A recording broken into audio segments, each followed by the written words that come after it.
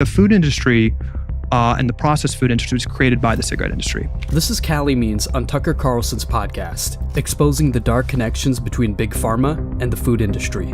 Callie was an insider, a former lobbyist for Big Pharma and big-name companies like Coca-Cola, as you'll learn later in this discussion. Today, he's what we call a whistleblower. Prepare yourself. What you're about to hear will change completely how you see the world of food. Let's get started. In the 1990s, the two largest food companies in the world were R.J. Reynolds and Philip Morris. What happened is when the Surgeon General way too late in the 1980s said cigarettes were maybe problematic, these were some of the largest companies in the world with the largest cash piles of any company in the world. So what they did is they used their cash piles to buy food companies. We think about the 80s as the Wall Street era M&A, a lot of deals. The two biggest M&A deals up until 1990 in world history were cigarette companies buying food companies. This wasn't just any corporate strategy. It was a calculated move by giants like R.J. Reynolds and Philip Morris, who were facing growing public backlash and tighter regulations on tobacco. Philip Morris, for instance, acquired Kraft Foods in 1988 for $12.9 billion, and later bought Nabisco in 2000 for $14.9 billion, creating one of the world's largest food conglomerates. Similarly, R.J. Reynolds merged with Nabisco Brands in 1985. These acquisitions weren't about diversifying. They were about taking the addictive expertise from cigarettes and applying it to food. These companies brought their vast knowledge of addiction science directly into your kitchen, influencing the very fabric of the American diet. It wasn't just about expanding their portfolio. It was about applying the same addictive principles of nicotine to food products, thus ensuring that the same business model, creating lifelong consumers, remained profitable. But this is just the tip of the iceberg. Let's listen to Callie. So you had in the 90s, these two cigarette companies very strategically do two things. They shifted their thousands of scientists who were experts at making cigarettes addictive to the food department. So we had the rise of ultra-processed food where our food now is a science experiment. The second thing they did is they shifted their lobbying. So the cigarette industry, of course, was the biggest, lobbying spenders and had a good playbook. They shifted their playbook on lobbying and rigging institutions of trust to food. So they created the food pyramid. So the cigarette industry, through the food companies they bought, paid off the FDA, the USDA, Harvard to create reports saying sugar doesn't cause obesity. And they lobbied for the food pyramid in the 1990s, we all remember, which said, animal-based fats are bad, carbs are good. Remember, carbs and sugar were basically the base of the pyramid. So the American diet, because of that, because we trust our medical institutions, which they know, we shifted our diet significantly to ultra-processed food. It was very intentional, the food pyramid. That was a ultra-processed food marketing document that carbs were fine, sugar was fine. And that shifted, and you look at dietary patterns. Today, a child diet is 70% ultra-processed food. Now, what does that mean, right? Those are literally foods invented by the cigarette industry to addict kids. Obviously we've got sugar, but there's thousands of different ingredients and science concoctions that scientists work in a lab to make it more palatable, to make it more addictive. So food consumption, calorie consumption has skyrocketed. And the byproduct of these toxic ingredients that the cigarette industry I watched and helped with this, bought off the USDA, bought off the FDA, is they wreak havoc among our cells. The foundation of our diet is ingredients that we aren't biologically made to eat, that didn't exist 100 years ago. The foundation of our diet is three things when you look at any label. It's added sugar, processed sugar, which basically didn't exist 100 years ago, it's just from natural sources, ultra-processed grains, which were invented 100 years ago. The processing takes the fiber off. They're basically hidden sugars, devoid of nutritional value, and seed oils. Seed oils are the top source of American calories.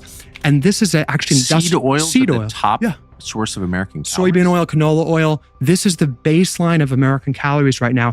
And these seed oils were actually created by John D. Rockefeller as a byproduct of oil production. It's basically engine lubricant.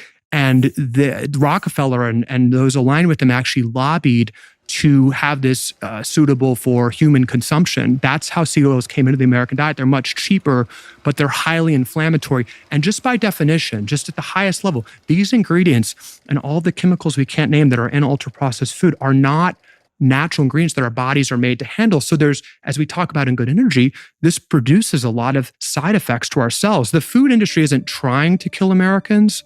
They're trying to make food cheap and addictive. They didn't just stop at manipulating the food itself. They took their lobbying playbook to a whole new level, targeting the institutions that Americans trust the most. The cigarette companies poured millions into lobbying efforts, influencing public health guidelines and dietary recommendations. They paid off prestigious institutions like Harvard, Stanford, and even government agencies like the FDA and USDA to produce favorable research. Reports funded by these companies downplayed the dangers of sugar and ultra-processed foods, convincing the public that these harmful ingredients were safe.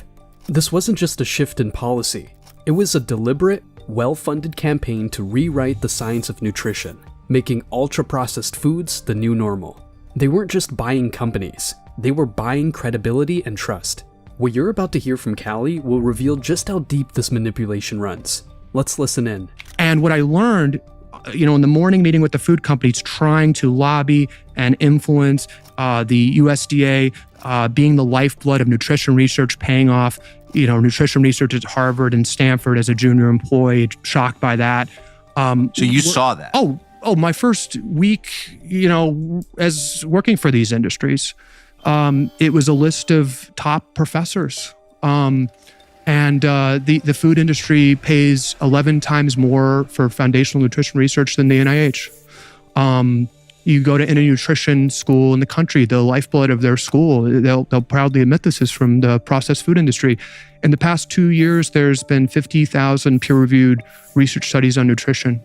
We're the only animal that has peer-reviewed nutrition studies, and we're the only animals that are systematically obese, diabetic, and being crippled by metabolic dysfunction. The manipulation of our food system didn't stop with changing guidelines. It went deeper, directly hijacking our biology. The food industry, backed by the same tactics used by cigarette companies, engineered products specifically designed to be addictive, using ingredients like high fructose corn syrup, artificial flavorings, and other chemical additives. These companies knew exactly how to trigger the brain's reward system, making us crave more and eat beyond our natural needs. This isn't just a change in diet, it's a calculated effort to exploit our natural instincts.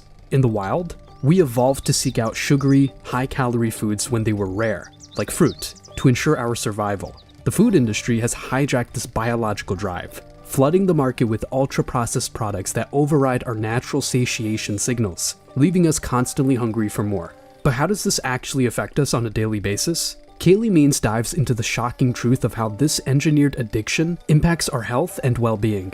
Let's listen to what he has to say. The problem very strategically, and this is well known among the industry, is that ultra-processed food does, because they're able to do this science experiment with our food, it hijacks our biology, it hijacks our satiety signals. High fructose corn syrup, fructose, it makes us want to eat more. Because in the wild, when you see a bunch of fruit out there, you're well advised to eat it, historically. We've basically rigged our biology to hijack our signals that, make us satiated. So that's what ultra-processed food does. Today, our grocery aisles are filled with foods designed to keep us hooked. Products that are scientifically crafted to make us crave more. From sodas and snacks to frozen meals, and even supposedly healthy options, the same addictive ingredients are present. High fructose corn syrup, artificial sweeteners, MSG, and a cocktail of preservatives. These ingredients are not just additives, they are specifically engineered to hijack our taste buds and keep us reaching for more. High fructose corn syrup, for example, is a cheaper alternative to sugar that's found in nearly everything: soft drinks, bread, sauces, and even yogurts. It doesn't just add sweetness, it disrupts our metabolism and contributes to obesity, diabetes, and liver disease. Then there's MSG, a flavor enhancer commonly found in chips, canned soups, and fast food, which triggers our brain's pleasure centers, making food taste irresistibly good while masking poor quality ingredients. Another major offender is seed oils like soybean, canola, and corn oil. Originally developed as industrial lubricants, these oils are now a staple in processed foods because they are cheap. However, they are highly inflammatory and linked to chronic health issues like heart disease, obesity, and cancer. Studies have shown that these oils now make up a significant portion of the average American diet, despite being nutritionally devoid and harmful. When you look at any nutrition label today, you'll often see a mix of added sugars, processed grains, and seed oils, ingredients that didn't even exist a century ago. This toxic trio is now the foundation of our diet, leading to widespread metabolic dysfunction, chronic diseases, and a healthcare system overwhelmed with preventable conditions. The food industry's manipulation has not only redefined our palates, but also the health of entire generations. So that's the food industry, okay? The food industry actually, with their own set interests, want to make food addictive and cheaper. It kind of makes sense. The criminal devil's bargain is that it's highly tied to the healthcare industry. And as Casey said, the fastest growing industry in America right now isn't AI. It's not tech, it's healthcare. It's the largest and fastest growing industry. And just as a statement of economic fact, the best thing for that industry is a child getting sick. While many people think of AI or technology as the fastest growing sectors in the US, the truth is far more alarming. As Callie highlights, it's healthcare. The healthcare industry has become the largest and fastest growing sector in America, not because of groundbreaking cures or innovations, but because of the rising tide of chronic illness and disease. From diabetes to heart disease, the explosion of preventable conditions has turned healthcare into a booming business. But here's the harsh economic reality. The system isn't designed to prevent illness, it profits from it. The healthcare industry thrives on chronic diseases, where patients require lifelong medications and treatments. The sicker people become, the more profitable it is. From pharmaceutical companies selling expensive drugs to hospitals benefiting from repeated treatments, every stage of a patient's journey through illness is an opportunity for profit. As Callie suggests, this isn't just about adults, it's about our children too. With childhood obesity, diabetes, and other conditions on the rise, the healthcare system is essentially setting up a new generation of lifelong patients. It's a system that benefits from kids getting sick early, ensuring a steady stream of revenue from treatment, not prevention. This chilling reality reveals a deeper truth. The best economic outcome for the healthcare industry is not a healthy population, but one that remains perpetually unwell. Let's get back to Callie as he exposes how this cycle of sickness and profit operates at the expense of our health. When a child gets sick, or any American gets sick with a chronic condition, with diabetes, obesity, kidney disease, heart disease, whatever, they go on a lifetime medication. They go on the metformin, they go on the statin, they have lifetime treatments. And they keep racking up more comorbidities. If you're diabetic, you have an average of 4 other comorbidities. So you keep racking up, but you don't die, you just suffer. You inevitably get infertility, depression. You start racking them up.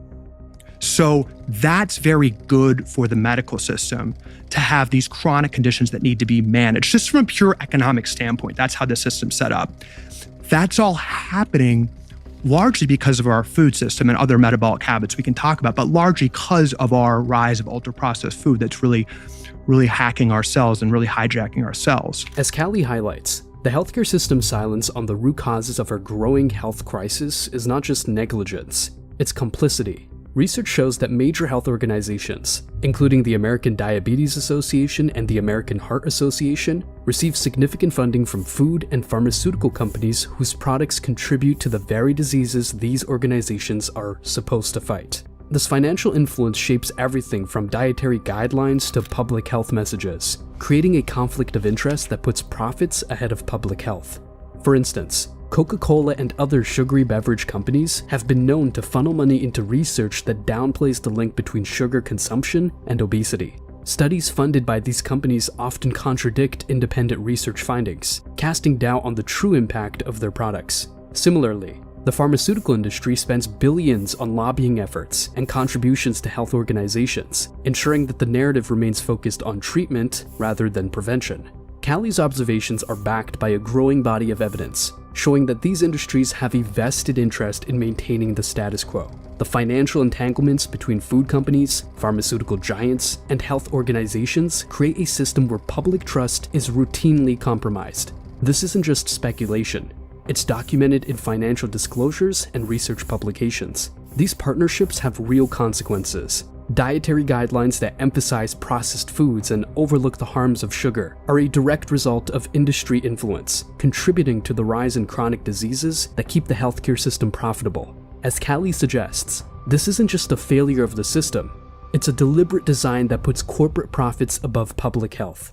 Let's hear more from Callie as he uncovers the depths of this troubling alliance. The criminal part, the devil's bargain, is that the healthcare system you'd expect to be speaking out about why we're getting so sick, but they're not only silent on the reasons, they're not only trained Casey the first day of Stanford Med School that we're basically taking it as a given that people are lazy and going to get sick, we're just going to profit from treating them.